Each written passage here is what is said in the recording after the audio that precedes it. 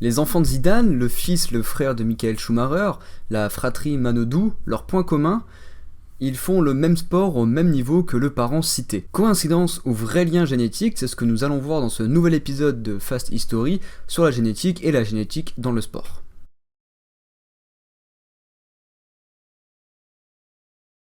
En effet, nous nous sommes déjà posé la question quand, malgré 1000 heures d'entraînement, on reste éclaté à un sport.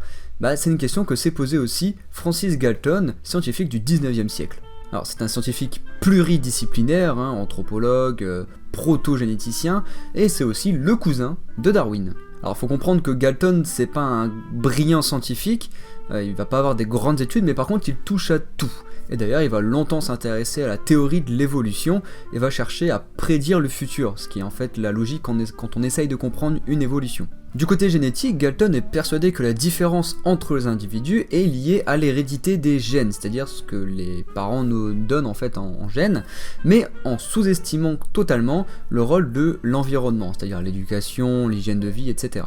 L'idée de base est pas débile, il cherche à comprendre pourquoi tel individu a des meilleures capacités que d'autres. Mais ça aurait dû s'arrêter là, parce qu'en fait Galton veut ensuite appliquer la même base que l'élevage intensif. C'est-à-dire sélectionner les meilleurs gènes pour perpétuer les bons gènes, les hommes qui vont être forts, brillants, etc. Ah là là, sacré fils de pute. Alors faut quand même savoir que cette idée ne date pas du 19e siècle, puisque Platon en parlait déjà dans son ouvrage La République. Évidemment, ensuite, l'histoire nous montre les déviances politiques, avec cette volonté de conserver le meilleur patrimoine génétique. On pourrait parler, donc je vérifie mes notes, des États-Unis qui stérilisent 64 000 personnes entre 1907 et 1963, et à 61% des femmes, parce que les scientifiques des États-Unis pensaient que la majorité des gènes venaient de la femme, puisque c'est elle qui porte l'enfant. Bon, aujourd'hui on sait que c'est 50-50. Aux États-Unis, les hommes étaient stérilisés seulement pour leur comportement criminel ou agressif. Donc aujourd'hui on sait que chaque parent donne 50% de ses gènes à son enfant, mais y a-t-il des gènes entre guillemets sportifs qui peuvent montrer du coup l'hérédité des performances sportives?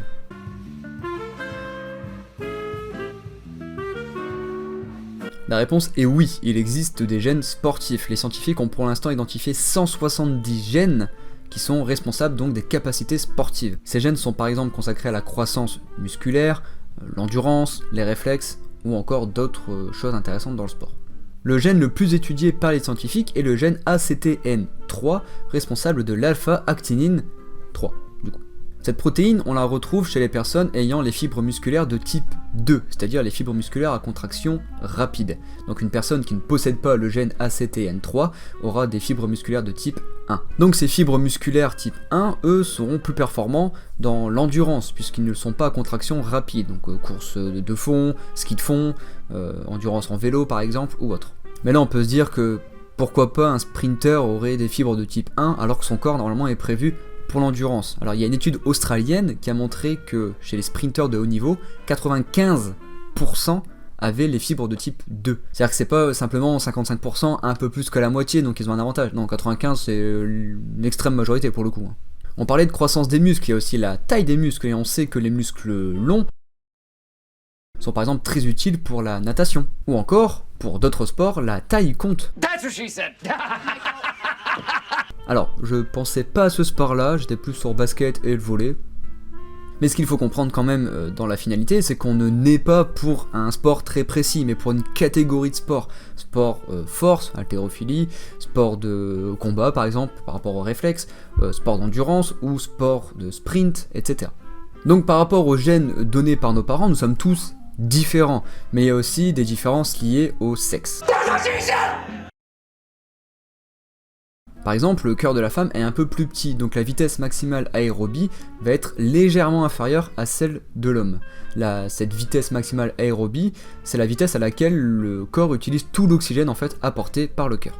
Bon, je passe les détails des unités de mesure, mais en gros, le maximum chez une femme c'est 70 ml par kilo par minute, alors que chez l'homme, le maximum est de 90 ml par kilo par minute. Le cœur donc plus petit apporte moins d'oxygène, donc les femmes arrivent plus vite à la limite d'oxygène. Par contre, vous avez quand même un avantage grâce à l'œstrogène, ce qui fait qu'avant 50 ans, les femmes sont 10 fois moins sujettes aux maladies cardiovasculaires que l'homme. Pareil, niveau des graisses minimum dans le corps, une femme va être entre 12 à 20%, alors que l'homme, lui, entre 5 à 15%. Donc on part pas sur la même base, malheureusement. Ensuite, au niveau des fibres, les femmes ont plus en pourcentage que l'homme de fibres de type 1, ce qui fait que les femmes sont en moyenne plus endurantes que l'homme. Et en plus, ces fibres de type 1, qu'on peut appeler aussi fibres lentes, je ne l'ai pas dit tout à l'heure, mais résistent mieux à la fatigue. Donc oui, il y a une hérédité dans le sport, puisque, si on prend un exemple très bête, mais les deux parents possèdent le gène ACTN3, vont forcément le donner au fils, ou à la fille, et dans ces cas-là, il y aura les fibres musculaires de type 2, donc à contraction rapide, donc pour le sprint, ou pour le lever de charge, en haltérophilie par exemple. Par contre, quelque chose que Gilton n'a pas pris en compte, c'est l'environnement, l'éducation et du coup dans le sport, l'entraînement. Si le fils de Michael Jordan ou de Schumacher mange McDo tous les jours, ce ne sera pas des grands sportifs. Mais il ne faut pas tout miser sur l'entraînement, puisqu'il y a des gènes de base, des capacités de base, et aujourd'hui les scientifiques considèrent que c'est environ 60% du niveau, du talent si on peut dire. Donc 60% de génétique en fait, et seulement 40% d'entraînement. Donc effectivement, si vous n'avez pas les bons gènes, vous ne serez peut-être pas très fort à un sport que vous affectionnez, parce que votre corps n'est pas prévu pour, mais il y a quand même 40% d'entraînement, donc cela ne nous empêche pas de nous amuser. Voilà, j'espère que j'ai répondu un peu à la question. En tout cas, je vous dis à la prochaine pour un nouvel épisode de Trucs d'Histoire.